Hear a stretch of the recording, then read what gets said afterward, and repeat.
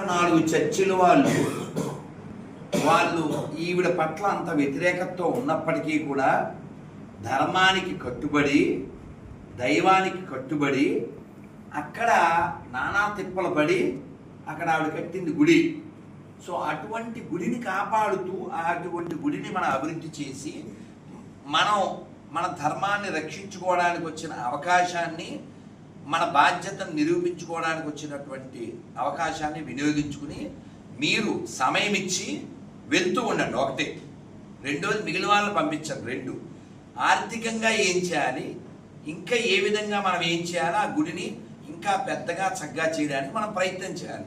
దేవాదాయ శాఖ ఆధ్వర్యంలో ఉండే గుళ్ళు అన్నీ ధనం మీదే ఉంటుంది తప్ప ధర్మం మీద ఉండదు.